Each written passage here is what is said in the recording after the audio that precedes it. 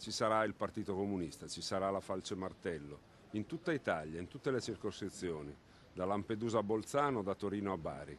In corsa con il simbolo del quale sono orgogliosi perché rappresenta una storia lunga quasi un secolo. Il Partito Comunista alle urne per contare in Europa, perché sostiene il leader Marco Rizzo, l'Europa va cambiata, nel profondo. Abbiamo presentato la lista del Partito Comunista perché siamo coerentemente contro questa Unione Europea, coerentemente contro l'euro, coerentemente contro la NATO. E lo diciamo, usiamo questo aggettivo della coerenza per criticare quelle forze politiche come la Lega, ma anche il Movimento 5 Stelle, che hanno fatto una critica giusta sull'Unione Europea, ma poi si sono ritratti. Al bando le ipocrisie, dunque i falsi proclami di chi fa sempre marcia indietro, e tra i punti salienti del programma c'è ovviamente il cardine storico del partito, il lavoro. Nel nostro programma c'è scritto che dobbiamo lavorare tutti, lavorare meno e, aggiungo io, lavorare meglio, perché abbiamo di fronte un'alternativa, quella della barbarie, quella del comando assoluto mondiale, di una globalizzazione senza sentimenti, fatta da persone che neanche si conoscono